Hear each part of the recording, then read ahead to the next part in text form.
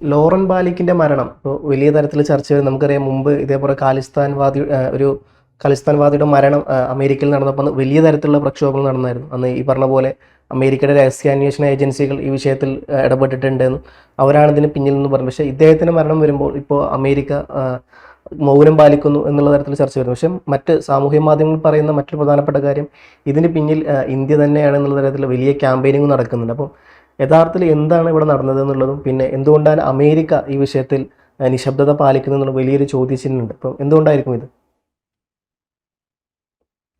ഈ കഴിഞ്ഞ ജൂൺ 11 കടുത്ത ഇന്ത്യ വിരുദ്ധ പ്രൊപ്പഗാൻഡിസ്റ്റും പ്രത്യേകിച്ച് ഹിന്ദു വിരുദ്ധ പ്രൊപ്പഗാൻഡിസ്റ്റായ ലോറൻ ബാലിക് എന്ന ഈ ഷെയർ മാർക്കറ്റ് ഷോർട്ട് സെല്ലർ ബ്രോക്കറായിട്ടുള്ള ഒരു സ്ത്രീ അമേരിക്കയിലെ, അതായത് കുറച്ച് കൃത്യമായി പറഞ്ഞാൽ ന്യൂയോർക്കിലെ ക്യാമ്പ് ഹീറോ സ്റ്റേറ്റ് പാർക്കിൽ അവരുടെ മൃതശരീരം കാണപ്പെട്ടു.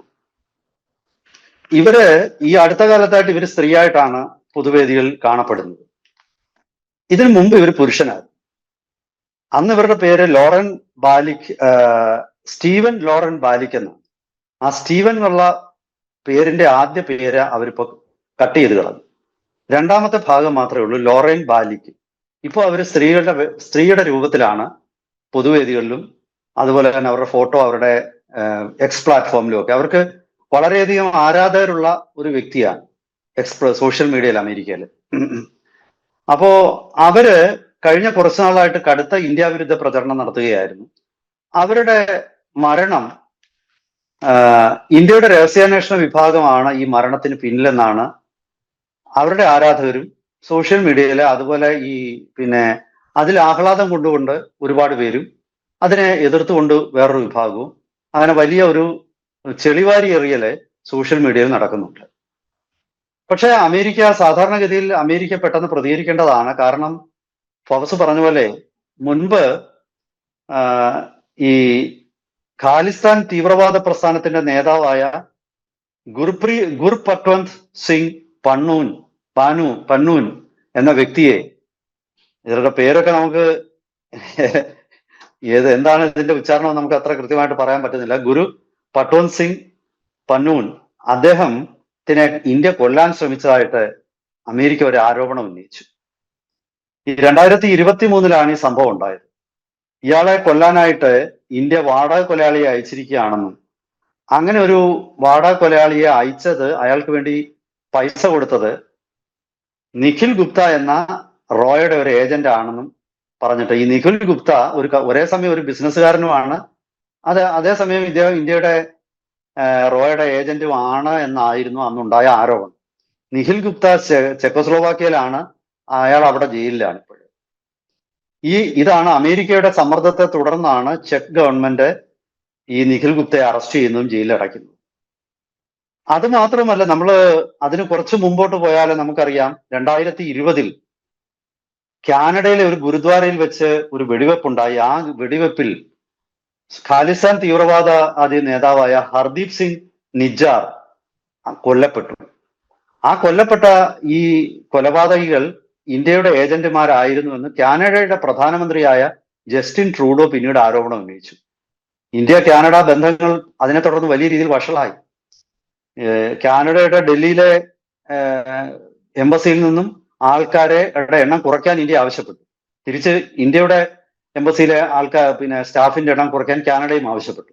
അത്ര വലിയ ഒരു ഡിപ്ലോമാറ്റിക് സംഘർഷത്തിലേക്ക് ആ വിഷയം നീങ്ങി. പിന്നീട് ഒടുവിൽ ജസ്റ്റിൻ ട്രൂഡോ കാനഡയിൽ പ്രധാനമന്ത്രി സ്ഥാനത്ത് നിന്ന് മാറി.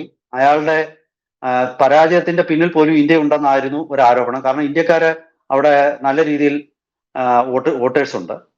അപ്പൊ ഇങ്ങനെയൊക്കെയുള്ള ഒരുപാട് സാഹചര്യങ്ങളാണ് നിന്നിരുന്നത്. പക്ഷെ ലോറൻ ബാലിക്കിന്റെ കാര്യത്തിൽ തൽക്കാലം അമേരിക്ക ഒന്നും മിണ്ടുന്നില്ല. ലോറൻ ബാലിക്കിന്റെ കാര്യത്തിൽ തെളിവുകളൊന്നുമില്ല എന്നുള്ളതാണ് FBI തൽക്കാലം വിഷമിപ്പിക്കുന്നതെന്നാണ് വാർത്തകൾ സൂചിപ്പിക്കുന്നത്. കാരണം അത്ര പെർഫെക്റ്റ് ആയിട്ട് എക്സിക്യൂട്ട് ചെയ്ത ഒരു മർഡർ ആയിരുന്നു അത്. ഈ പ്രദേശത്ത് CCTVകളിലോ അല്ലെങ്കിൽ ആ പ്രദേശത്തുള്ള മൊബൈൽ അതുപോലെ സാന്നിധ്യമോ മറ്റ് വാഹനങ്ങളുടെ സാന്നിധ്യമോ ഒന്നും ഉണ്ടായിട്ടില്ല. ഇവരെങ്ങനെ ഇവിടെ എത്തപ്പെട്ടു, എന്തുകൊണ്ടാണ് ഒരു തെളിവും അവശേഷിപ്പിക്കാതെ എങ്ങനെയാണ് ഇവർ മരിച്ചത്, അപ്പോ ഇപ്പോൾ പുറത്തു വരുന്ന വാർത്തകൾ അനുസരിച്ച് ഇവർക്ക് എന്തെങ്കിലും ഈ രോഗങ്ങൾ ഇൻഡ്യൂസ് ചെയ്യാൻ കഴിയുന്ന മരുന്നുകളുണ്ട്. ഇപ്പൊ ഉദാഹരണത്തിന് നിങ്ങൾക്ക് ഹാർട്ടിന് യാതൊരു പ്രശ്നമില്ലാത്ത ആളാണ്, പക്ഷെ നിങ്ങൾ വേണമെങ്കിൽ ഹാർട്ട് അറ്റാക്ക് വന്ന് നിങ്ങൾക്ക് മരിക്കാം. ഇതുപോലുള്ള ചില മരുന്നുകളുണ്ട്. ഈ മരുന്ന് നിങ്ങളുടെ ഉള്ളിൽ ചെന്നാൽ ചില കെമിക്കലുകളാണ് പെട്ടെന്ന് നിങ്ങളുടെ ശരീരത്തിൽ ഒരു ബ്ലോക്ക് ഡെവലപ്പ് ചെയ്യുകയും നിങ്ങളെ അറ്റാക്ക് ഉണ്ടാവുകയും ചെയ്യും. അത് മാത്രമല്ല മറ്റു പല രീതിയിലും ഇൻഡ്യൂസ്ഡ് ഹാർട്ട് അറ്റാക്കുകളും ഇൻഡ്യൂസ്ഡ് ഹെമറേജ്, ഇൻഡ്യൂസ്ഡ് സ്ട്രോക്ക്, ഇതൊക്കെ പിന്നെ വരുത്തി തീർക്കാനുള്ള മെഡിക്കൽ വെപ്പൺസ് ഇന്നുണ്ട്. അപ്പോൾ അത്തരം ഏതോ രീതിയിലായിരിക്കാം ഇവർ ആക്രമിക്കപ്പെട്ടത് എന്നൊരു ധാരണ ഇപ്പോൾ നിലവിലുണ്ട്. അതുകൊണ്ടായിരിക്കണം ഇവരെ പ്രത്യക്ഷത്തിൽ ഇവരുടെ ശരീരത്തിൽ വെടിയുണ്ടയേറ്റ പാടോ അല്ലെങ്കിൽ ഇവരെ മർദ്ദിച്ചതായിട്ടുള്ള പാടോ ഒന്നുമില്ല. പക്ഷെ ഇവരുടെ മരണം സ്വാഭാവികമല്ല എന്ന് അമേരിക്കൻ പോലീസ് ഉറപ്പുവരുത്തിയിട്ടുണ്ട്. കാരണം സ്വാഭാവിക മരണം അല്ല. ഇവർക്ക് ഇതിനു മുമ്പ് ഒരു തരത്തിലുള്ള അസ്വസ്ഥതകളും ഇല്ലായിരുന്നു. കഴിഞ്ഞ ഇവരുടെ മരണത്തിന് തൊട്ട് മുമ്പുള്ള ദിവസങ്ങളിൽ ഇവർക്ക് ഭീഷണിയോ അല്ലെങ്കിൽ മറ്റു രീതിയിലുള്ള ഇവർക്കെതിരെയുള്ള നീക്കങ്ങളോ ഒന്നും നടന്നതായിട്ട് വാർത്തകളില്ല. ഇവരെ സംബന്ധിച്ചിടത്തോളം, ലോറൻ ബാലിക്കിനെ സംബന്ധിച്ചിടത്തോളം അവർക്കെതിരെ വേറെ ആരോപണവും വന്നിട്ടുണ്ട്. ചിലർ ആരോപിക്കുന്നത് ഇവർ മൊസാദിന്റെ ഒരു ഡബിൾ ഏജന്റ് ആയിരുന്നു എന്നാണ്. അതായത് ചില സമയത്ത് ഇവർ മൊസാദിന് വേണ്ടി ജോലി ചെയ്യും, ചിലപ്പോൾ ഇവർ ഇസ്രായേലിനെതിരെ ജോലി ചെയ്യും. അങ്ങനെ പല വേഷങ്ങളും ധരിക്കുന്ന ഒരാളാണ്. കാരണം അവർക്ക് ഐഡന്റിറ്റി ഇല്ല. ഞാനിപ്പോ ആദ്യമേ പറഞ്ഞു, ആദ്യം പുരുഷനായിരുന്നു, പിന്നീട് ഇപ്പൊ സ്ത്രീയാണെന്ന് അവകാശപ്പെടുന്നു. ട്രാൻസ്ജെൻഡർ ആണെന്ന് ഒരിടത്തും അവര് ക്ലെയിം ചെയ്തിട്ടില്ല. പിന്നീട് അതുപോലെ അവരുടെ മറ്റു പല പ്രവർത്തികളിലും ഈ ഒരു ദുരൂഹത ഉണ്ട്. ഇവർ IT ഇൻഡസ്ട്രിയുമായിട്ട് ബന്ധപ്പെട്ട് പ്രവർത്തിക്കുന്ന ഒരു വ്യക്തിയാണ്. ഇവരുടെ ഏറ്റവും വലിയ ആവശ്യം അമേരിക്ക ഇന്ത്യക്കാർക്ക് നൽകുന്ന വിസയുടെ എണ്ണം കുറയ്ക്കണം എന്നുള്ളതാണ്. അതുപോലെ തന്നെ ഇവരുന്നയിച്ച മറ്റൊരു പ്രധാനപ്പെട്ട ആരോപണം, ഈ ഇന്ത്യ എന്ന് പറയുമ്പോഴും അവർ ഹിന്ദു എന്നുള്ള പേരാണ് കൂടുതലും അവർ ഉപയോഗിക്കുന്നത്. അപ്പൊ അവർ പറയുന്ന അമേരിക്കയിൽ എത്തുന്ന ഹിന്ദുക്കൾ അമേരിക്കയുടെ മീഡിയം സ്മോൾ എന്റർപ്രൈസസ് പലതും അവിടെ ജോലിക്ക് കയറും. അങ്ങനെ ജോലിക്ക് കയറിയിട്ട് ഇവർ പെട്ടെന്ന് ഈ സ്ഥാപനത്തിന്റെ CEO ഒക്കെ ആകും. അങ്ങനെ CEO ആയിക്കഴിഞ്ഞാൽ പിന്നീട് ഇവരുടെ ഒരു അജണ്ട ആയിരിക്കും നടപ്പാക്കുന്നത്. അങ്ങനെ ആ അജണ്ട നടപ്പാക്കുമ്പോൾ സ്വാഭാവികമായിട്ടും വെള്ളക്കാര്, അതുപോലെ സ്ത്രീകള്, പിന്നെ മുസ്ലിങ്ങള്, അങ്ങനെയുള്ള പല വിഭാഗങ്ങൾക്കും എതിരെ ഇവര് വിവേചനം കൊണ്ടുവരും. അങ്ങനെ ഒരു പുരുഷ മേധാവിത്വത്തിൻ്റെതായിട്ടുള്ള ഒരു സംസ്കാരം അമേരിക്കയിൽ ഇവർ കൊണ്ടുവന്നു. ഇവർക്ക് വെള്ളക്കാരി സ്ത്രീകളെയും ഇഷ്ടമല്ല. ഇവർ ഒരു പരിധി വരെയെങ്കിലും സഹിക്കുന്നത് വെള്ളക്കാരായിട്ടുള്ള പുരുഷന്മാരെ മാത്രമാണ്. അതാണ് ലോറൻ ബാലിക്കിന്റെ ഒരു ആരോപണം. അപ്പോ കുറെ വെള്ളക്കാരായ പുരുഷന്മാർ ഇവരോടൊപ്പം ചേർന്നിട്ട് അവർ അമേരിക്കയിൽ പുതിയൊരു സംസ്കാരം കൊണ്ടുവന്നു. ഒരു പുരുഷ മേധാവിത്വത്തിന്റെ സംസ്കാരം കൊണ്ടുവന്നു. ഇങ്ങനെയൊക്കെയുള്ള ഒരുപാട് ആരോപണങ്ങൾ സോഷ്യൽ മീഡിയയിൽ അവർ ഉന്നയിക്കുമ്പോൾ അവരെ അനുകൂലിക്കുന്നവർ ഒരുപാട് പേരുണ്ട്.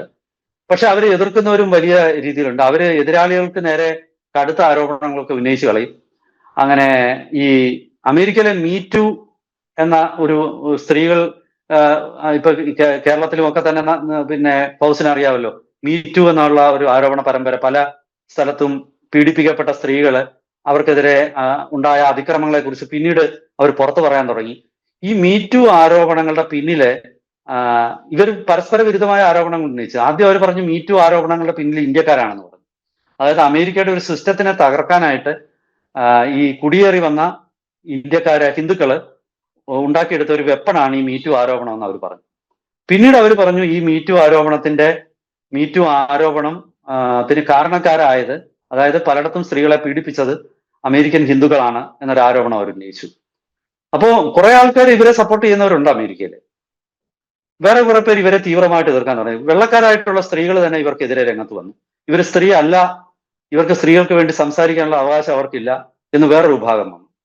ചുരുക്കി പറഞ്ഞാൽ അവർ അമേരിക്കയുടെ ബിസിനസ് മേഖലയിൽ വലിയ കൺഫ്യൂഷൻ ഉണ്ടാക്കി.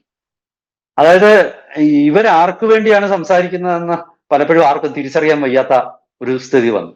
എങ്കിലും സോഷ്യൽ മീഡിയയിൽ അവരൊരു വലിയ ഇൻഫ്ലുവൻസർ ആയിട്ട് തുടർന്നു പലപ്പോഴും.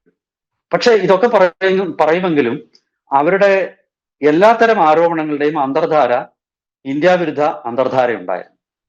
പിന്നെ അവര് അടുത്ത ആരോപണം ഉന്നയിച്ച അമേരിക്കയിലെ ഇന്ത്യൻ ഡോക്ടർമാരെ കുറിച്ചാണ്. അപ്പോൾ അവർക്ക് ഈ ഇന്ത്യൻ ഡോക്ടർമാരെ അജണ്ടയോടുകൂടി പ്രവർത്തിക്കുന്നവരും വിവേചനം കാണിക്കുന്നവരും അമേരിക്കക്കാർക്കെതിരെ ആണെന്നുമാണ് അവർ പിന്നീട് ആരോപിച്ചത്. ഇത്തരം ആരോപണം അവരുന്നയിച്ചു. പിന്നെ കൂടാതെ ഇപ്പൊ ഇന്ത്യൻ വംശജരായിട്ടുള്ള വ്യക്തികള് അമേരിക്കയുടെ IT മേഖലയിൽ വലിയ ഉന്നത സ്ഥാനങ്ങളിലുണ്ട്. ഇപ്പൊ ഇന്ന് വാട്സാപ്പിന്റെ CEO ആയിട്ട് ഒരു ഇന്ത്യക്കാരനെ നിയമിച്ചിരിക്കുകയാണ്. ഇന്ന് രാവിലെയാണ്.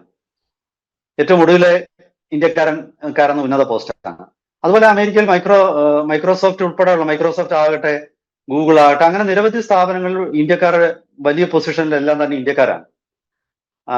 ഇൻഫ്ലുവൻഷ്യൽ ആയിട്ടുള്ള ഒരു 20 കമ്പനികളിലെ 80% ഇന്ത്യൻ CEOമാരാണെന്നാണ് അമേരിക്ക പറയുന്നത്. അതായത് ഒരു കാലഘട്ടത്തിൽ ജൂതന്മാര് ആയിരുന്നു അമേരിക്കയുടെ പ്രധാനപ്പെട്ട ബിസിനസ്സുകളെല്ലാം നിയന്ത്രിച്ചിരുന്നത്. പിന്നീട് അത് ആ ഒരു മേഖലയിലേക്ക് ഇന്ത്യക്കാർ കടന്നു കയറി. അപ്പോ ഇത്തരം ആരോപണങ്ങൾ കണക്കുകൾ കൃത്യമായിട്ട് പുറത്തു കൊണ്ടുവരാനും അതുപോലെ ഇന്ത്യക്കാർക്ക് എതിരായുള്ള ഒരു വികാരമായിട്ട് ഇതിനെ മാറ്റിയെടുക്കാനും ഒക്കെ അവർ പലപ്പോഴും ശ്രമിക്കാറുണ്ടായിരുന്നു.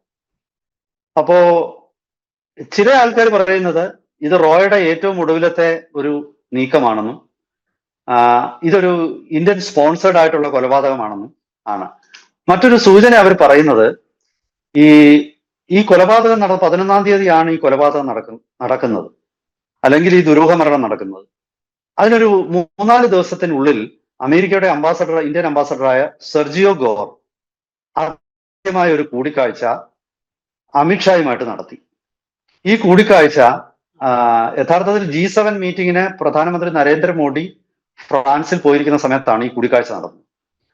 ഈ കൂടിക്കാഴ്ചയിലെ ഒരു ധാരണയിൽ ഇന്ത്യയുമായിട്ട് അമേരിക്ക എത്തിയെന്നും അമേരിക്കയുടെ ശത്രുക്കളെ, ഇന്ത്യയിലുള്ളവരെ അമേരിക്ക തട്ടിക്കളയുന്നു, ഇന്ത്യയുടെ ശത്രുക്കള് പാശ്ചാത്യ രാജ്യങ്ങളിൽ ഇന്ത്യ കൈകാര്യം ചെയ്താലും അമേരിക്കയ്ക്ക് തൽക്കാലം അമേരിക്ക അതിൽ പ്രതിഷേധിക്കില്ല എന്നും അതൊരു വിഷയമായിട്ട് അമേരിക്ക ഉന്നയിക്കില്ല എന്നുമൊക്കെയുള്ള ഒരു ധാരണയില് അമേരിക്കയും ഇന്ത്യയും എത്തിച്ചേർന്നു എന്നുള്ള ഊഹാപോഹങ്ങളും പ്രചരിക്കുന്നുണ്ട്.